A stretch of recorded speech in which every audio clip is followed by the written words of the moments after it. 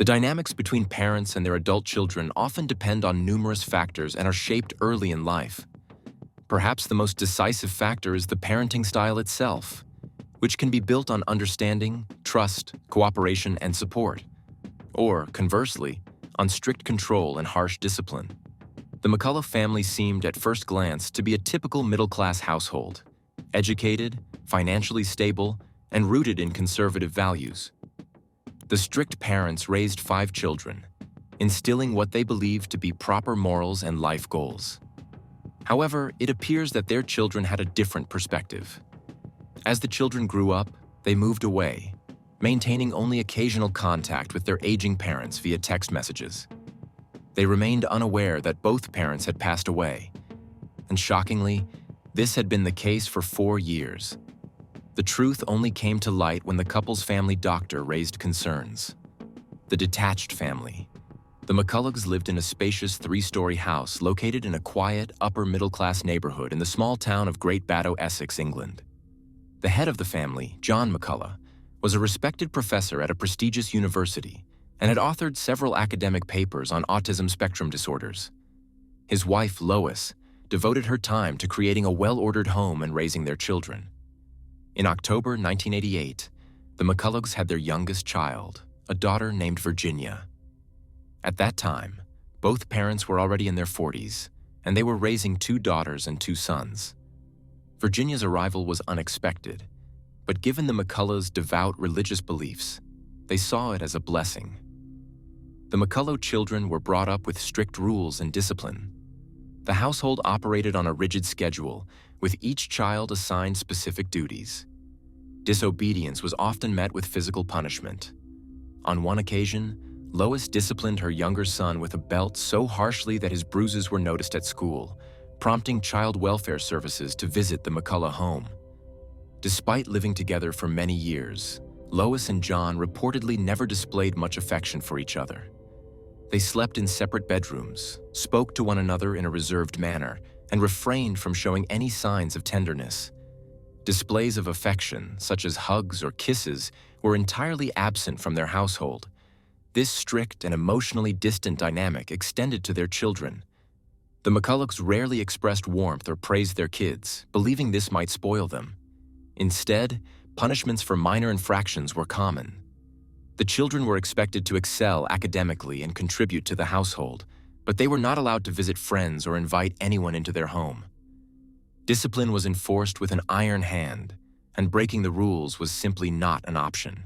Lois McCullough struggled with obsessive-compulsive disorder from a young age, which was compounded by mysophobia, a fear of germs and dirt.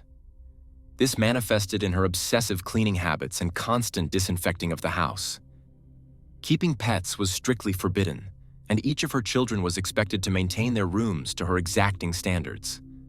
Lois would conduct surprise inspections, and any signs of dust or untidiness would result in severe consequences. Over time, Lois's mental health deteriorated further. While she had always been reserved and rarely interacted with neighbors, she began avoiding people entirely. She left the house only when absolutely necessary, and even then, hurried back as quickly as possible. In her later years, she avoided eye contact, walking with her head down to prevent interactions. Alongside her existing anxieties, she developed agoraphobia, leaving her practically housebound. John McCullough, her husband, suffered from diabetes, which eventually led to a rapid decline in his eyesight. By the time he was in his 70s, he had retired from his teaching career and lived on a modest pension. Like Lois, John rarely left the house. On the rare occasions he ventured out for errands, he didn't greet others, not out of arrogance, but simply because his poor vision made it difficult to recognize faces unless someone directly addressed him. As soon as the older children reached adulthood, they left the McCullough household, scattering to different parts of the country. They built their own lives and families, maintaining only sporadic contact with their parents through phone calls or, more often, text messages. The McCullough family's emotional distance became evident in this pattern. They had no tradition of gathering for holidays, nor did they celebrate special occasions at home. To the grown children, it was enough to know their parents were alive and being cared for by their youngest sibling, who still lived in the family home. Virginia, the youngest of the McCullough children, stood apart from her siblings. Unlike them, she did not rush to leave home after high school. From an early age, Virginia was regarded as an odd and reclusive child. While her siblings had limited social lives due to their parents' strict rules, such as banning guests and outings, Virginia took her isolation further. She struggled to connect even with her brothers and sisters. Instead, she often talked to herself and concocted elaborate stories, passing them off as true events. As a result, she was labeled a compulsive liar. Her parents, however, seemed unconcerned about her lack of social connections. They believed Virginia had been sent by a higher power to care for them in their old age. The fact that she had no personal life, had never dated, and actively avoided people was seen as entirely natural. To Lois and John, Virginia's role as their caregiver was simply her destiny. It is unclear whether Virginia received any formal education after high school, but it's likely she did, as her parents considered it an essential part of life. However, building a career proved impossible for her, as she couldn't stay at any job for long due to her eccentric behavior and tendency to lie. For a while, Virginia worked as a bartender at a local pub and also had a job at the post office. But for the most part, she spent her time at home, helping her parents with household chores. Sometimes her parents would inquire why she wasn't working, but Virginia always had a plausible excuse. Either she was unfairly fired, still looking for a job, or waiting for an invitation from a large company that had already reviewed her resume. As her parents grew older, however, they became less and less concerned about their daughter's situation. By the time John reached his 70s, his eyesight had deteriorated significantly, with almost no vision in one eye and blurred sight in the other, so he rarely left the house. Lois's phobias also worsened over the years, and she only left the house for medical appointments with their family therapist, who monitored their health and adjusted their treatments. The couple hardly interacted with their neighbors. It seemed they were content with this life, especially knowing Virginia would always be there to care for them. Virginia spent a lot of her time on the computer, mostly playing games. She told her parents that she was actively looking for work, sending out her resume to different companies. But as time passed, Virginia never managed to secure a job.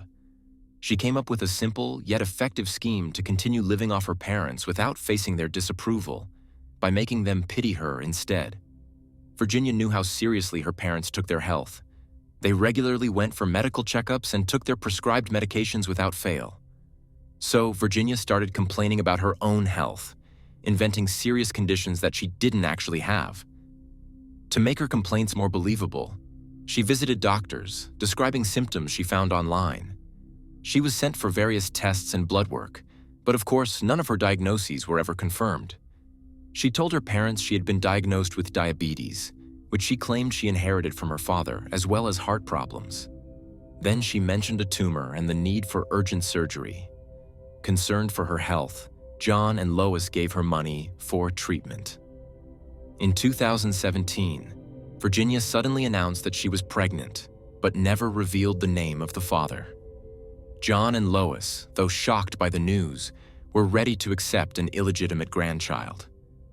After all, their daughter was almost 30, completely alone, and they thought she would have someone to live for after their passing. This time, Virginia's lie went too far.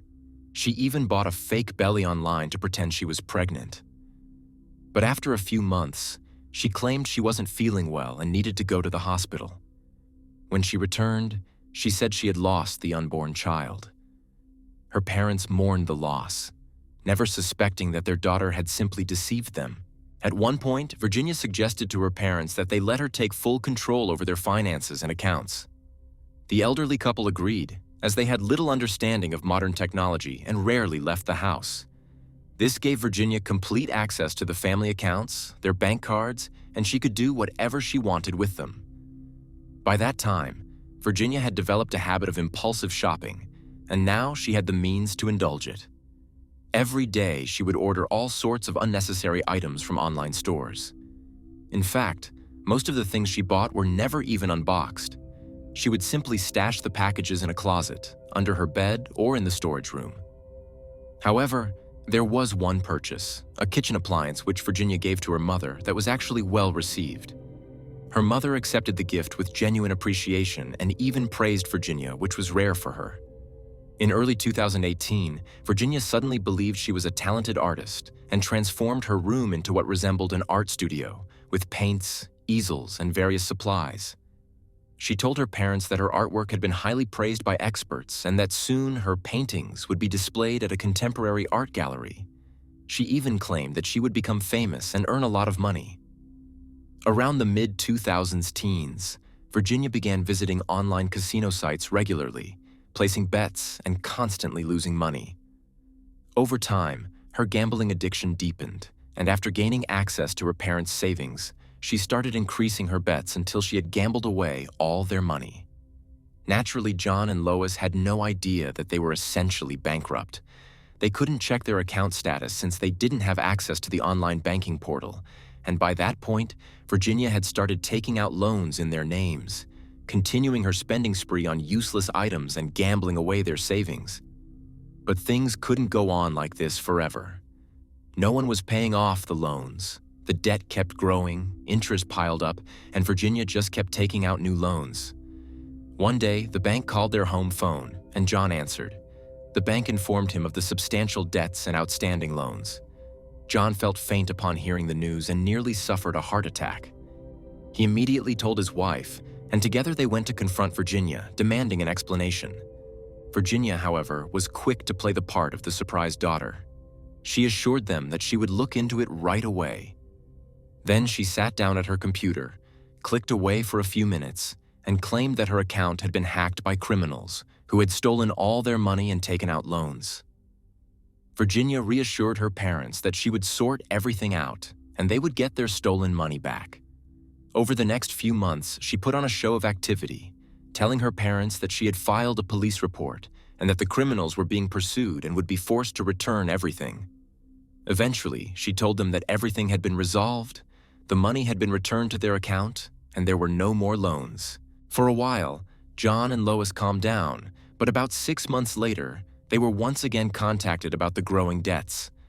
This time, Virginia convinced her parents that there had been some sort of mistake in the bank system, and the wrong information had been passed along. She was very convincing, and the elderly couple believed their daughter once again.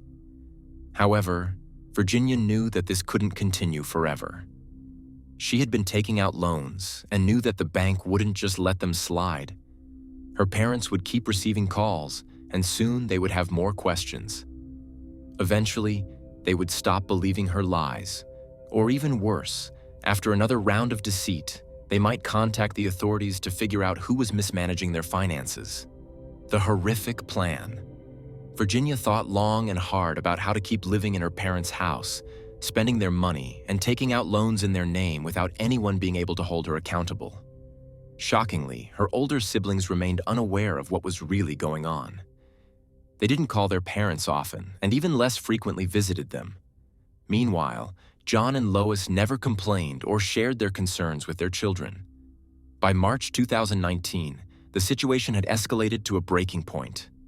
Virginia understood that she was walking on thin ice, and she had to act quickly. Unfortunately, her solution was as shocking as it was chilling. She decided to eliminate her elderly parents. But it had to be done in a way that no one would suspect anything, and everyone would still believe that John and Lois were alive and well in their large home. Luckily, they had always kept to themselves, so the neighbors likely wouldn't notice anything unusual for a while. Since Lois and John had numerous chronic health issues, they were always taking different medications, and Virginia was the one responsible for keeping track of them. Her father was almost blind, and her mother trusted her completely with managing their medications, as there had never been any problems in the past. Now Virginia decided to experiment with the dosage of sedatives, blood pressure medications, and the psychiatric drugs her mother took for her mental health issues. For several months, Virginia secretly poisoned her own parents, carefully observing how they reacted to different medications. Unfortunately, the elderly couple, trusting their daughter and believing it was just a normal seasonal health issue, didn't go to the doctor about their deteriorating condition. They chalked it up to the usual symptoms they had experienced many times before, convinced it would soon pass. In early June 2019, Virginia had gathered enough powerful prescription medications that would have been more than enough to end the lives of both of her parents. However, she decided to be cautious and bought a sharp kitchen knife, just in case the drugs didn't work as planned. On June 17, 2019, Virginia finally made the decision that this would be the last day of her father and mother's lives. She behaved as usual, without raising any suspicion. She cooked dinner, went to the store, and helped her mother with some household chores. In the evening, she sat with her parents while they watched TV, and later prepared them both a deadly cocktail that would ensure they wouldn't wake up the next morning. Her father occasionally enjoyed a small amount of strong alcohol from his collection of expensive bottles stored in his office. This collection had taken him years to build, and in retirement, he savored the opportunity to try different drinks. It was in the bottle of aged whiskey that Virginia mixed a lethal dose of heart medication. Unfortunately, the alcohol masked the bitter taste of the pills. Her mother, however, didn't drink alcohol at all.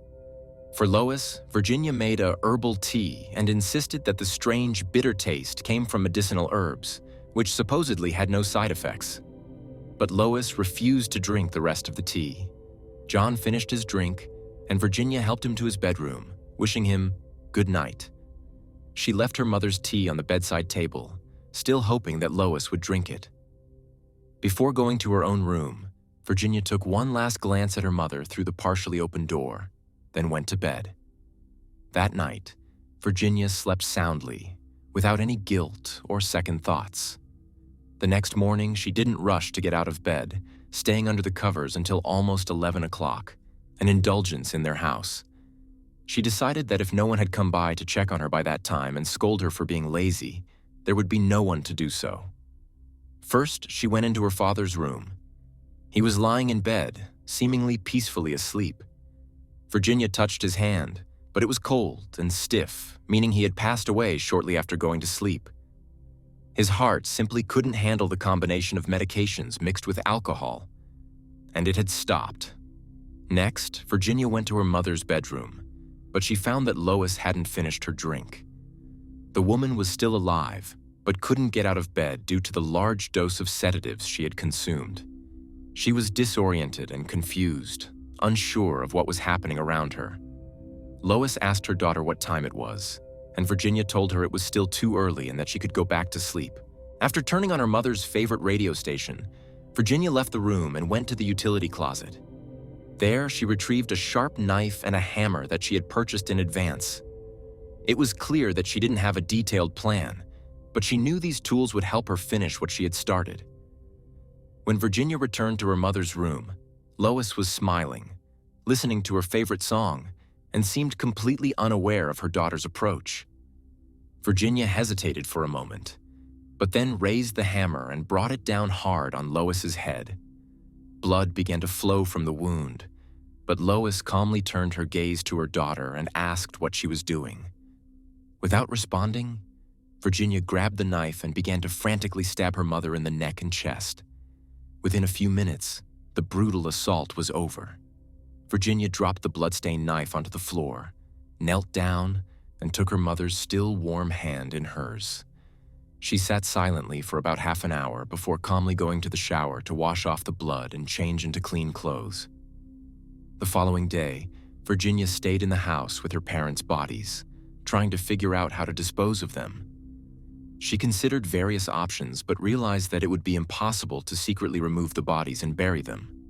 For one, the neighbors might notice something odd, and secondly, she simply didn't have the strength to move two bodies out of the house and dig graves.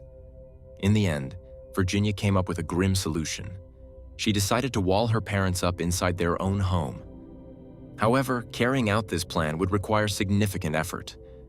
First, she went to a sporting goods store and bought 2 sleeping bags, which she intended to use as makeshift coffins.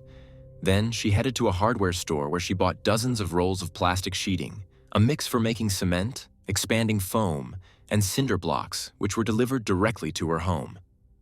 When the neighbors asked, Virginia explained that her father was planning a small renovation project, and they didn't press further.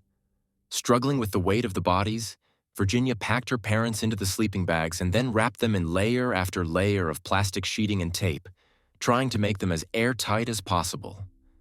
She then dragged her father's remains to his office, placing them in a corner behind his desk. She prepared the cement mixture according to the instructions and began building a makeshift sarcophagus around the body.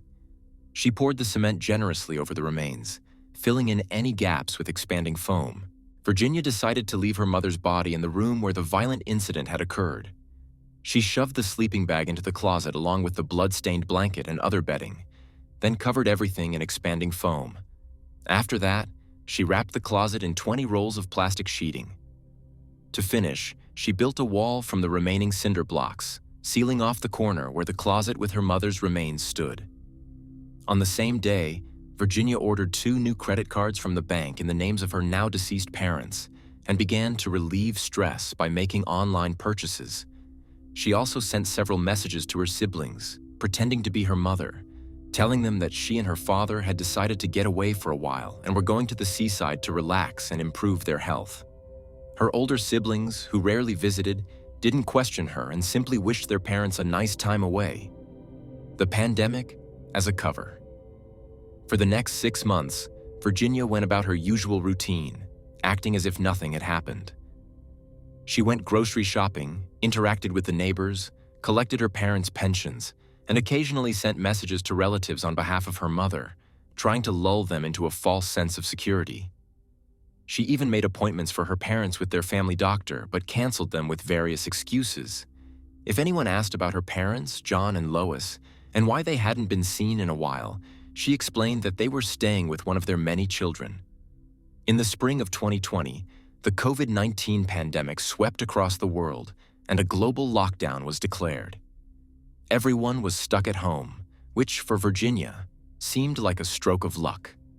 She no longer had to come up with reasons for why her parents weren't seen outside, and with the lockdown in place, no one would be visiting them anytime soon. At the same time, Virginia occasionally called the family doctor pretending to be her mother, asking for advice. But whenever he suggested they come in for an appointment or offered to visit them, she would come up with excuses. She sent messages to her siblings from Lois's phone, asking about their lives and the grandchildren, but never invited them over. If any of them mentioned planning a visit, she would discourage them. She even called the police, pretending to be her mother, and complained about noisy neighbors or troublemakers. Over time, Virginia's behavior became increasingly odd. She started pushing herself on people she barely knew, offering them friendship, inventing strange stories about her personal life, saying she was about to get married and leave town. She bothered delivery drivers with all sorts of questions and frequently called the police for trivial reasons. In the small town, people started to think of her as the local eccentric, harmless, but a little off. The truth was, she was desperately trying to draw attention to herself and, likely, subconsciously hoping that her parents' bodies would finally be discovered. For over 4 years, Virginia McCallow successfully managed to conceal the deaths of her parents. Even her own siblings never suspected that their mother and father had been gone for so long, believing the messages and greeting cards they received were truly from them, when, in fact, it was Virginia sending them. The only person who suspected something was wrong was the family doctor. The doctor became concerned when the McCallows, who had always been vigilant about their health, failed to make appointments for routine checkups, lab tests, and adjustments to their ongoing treatments. Virginia was the one to pick up their prescriptions, assuring the doctor that everything was fine with her parents. Lois had repeatedly scheduled appointments, but each time Virginia canceled, citing various excuses. On several occasions, the doctor personally visited the McCallow home, hoping to check on their health, but he was always met by Virginia, who claimed that her parents were out visiting relatives. In the end, in August 2023, the doctor contacted the police to report his suspicions and ask them to investigate. On September 1st, 2023, the police called the McCallow home and asked Virginia to have her parents come to the door.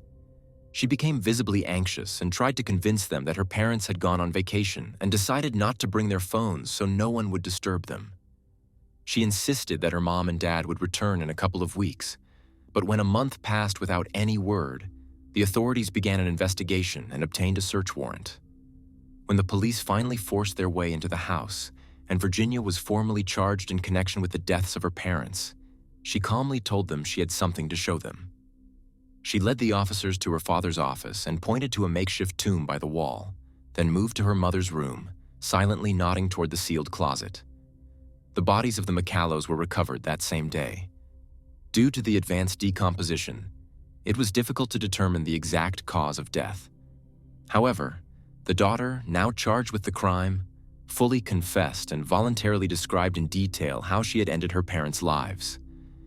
When asked why she did it, Virginia blamed old childhood resentments, accused John and Lois of cruelty, and portrayed them as true monsters. When the tragic events at the McCallow household came to light, the residents of the small town of Great Baddow were shocked.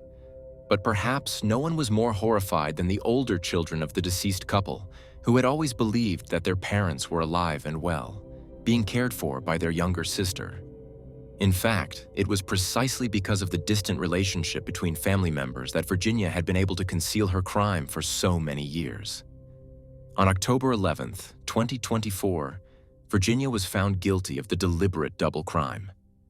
According to investigators, her motives were not rooted in childhood trauma or mistreatment, as she had claimed, but were driven by financial gain.